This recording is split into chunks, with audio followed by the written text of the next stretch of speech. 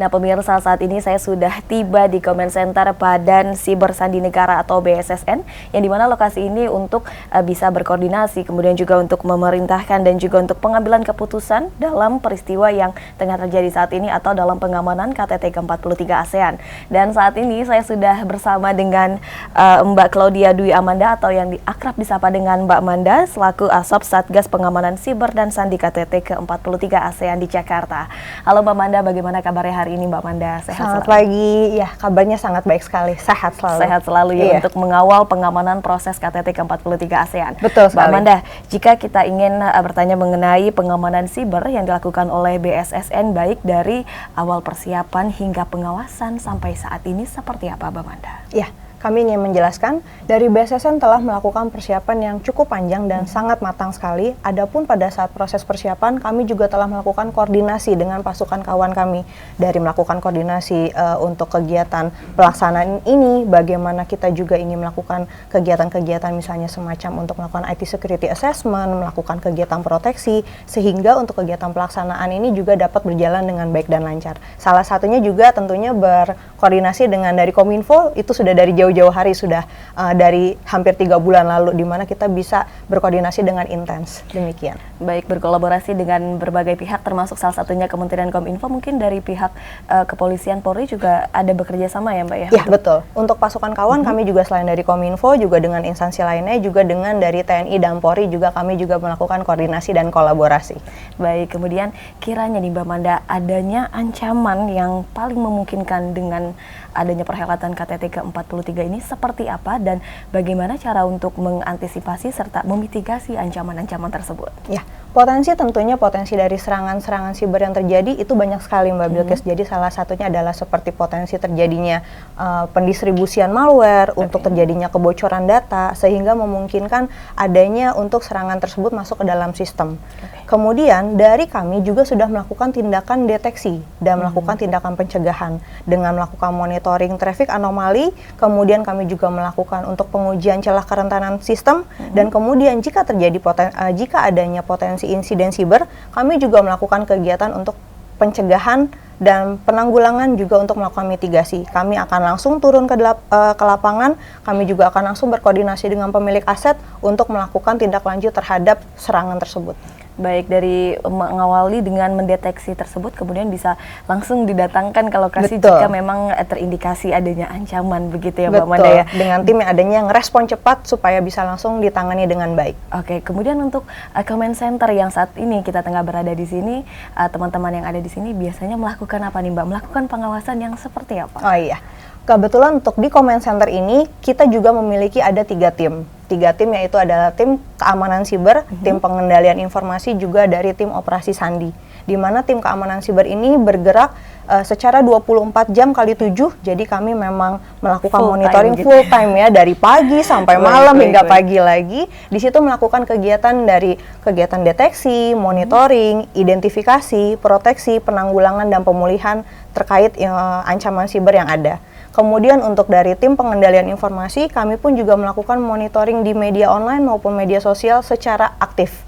Kemudian kami juga melakukan monitoring fisik di lapangan, bagaimana kondisi di lapangan.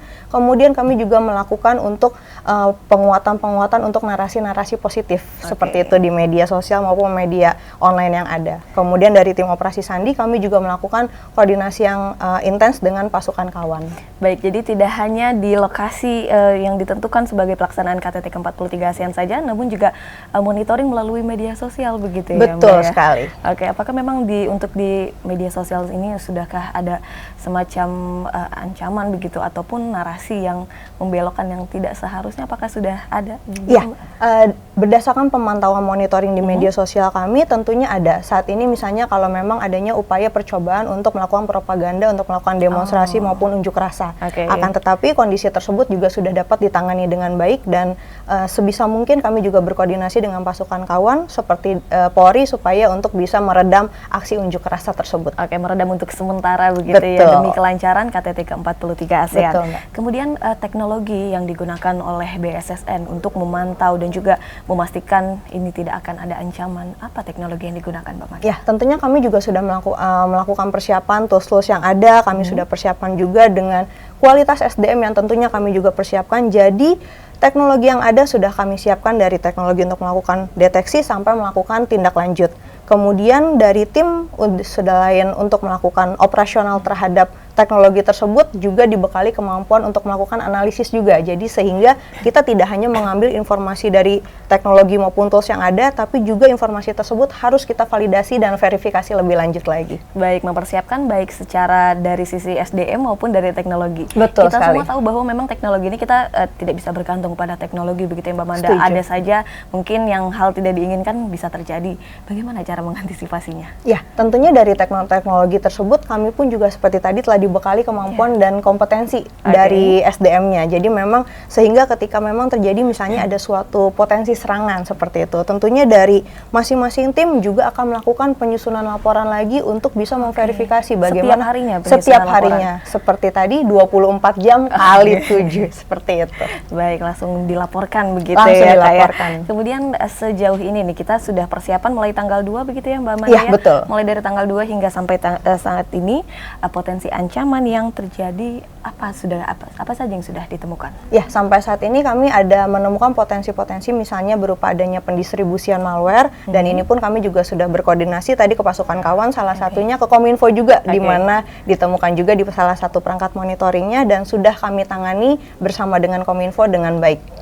Baik, kalau untuk sejauh ini ada nggak sih Mbak tantangan yang kiranya belum bisa teratasi gitu? Adakah sampai saat ini? Sampai saat ini tentunya tantangan dan kendala memang pasti kita temui ya Mbak ya, tapi tentunya dengan arahan dan dukungan dari pimpinan, kualitas dan integritas dari tim, kemudian untuk sinergitas dan dari kolaborasi dari pasukan kawan, tentunya tantangan dan kendala tersebut sampai sekarang telah kami dapat tangani. Baik, Mbak Manda terakhir boleh sampaikan kepada masyarakat apa yang bisa masyarakat lakukan untuk mendukung adanya perhelatan KTT ke-43 ini. Silakan Mbak Manda. Terima kasih. Untuk masyarakat diharapkan untuk dapat melakukan misalkan melakukan posting di media sosial maupun di media online untuk melakukan yang positif-positif supaya kita dapat memberikan kelancaran pada pelaksanaan KTT ASEAN ke-43 di Jakarta. Dan tentunya memberikan kesan yang baik kepada para tamu negara yang hadir begitu ya Mbak Manda ya.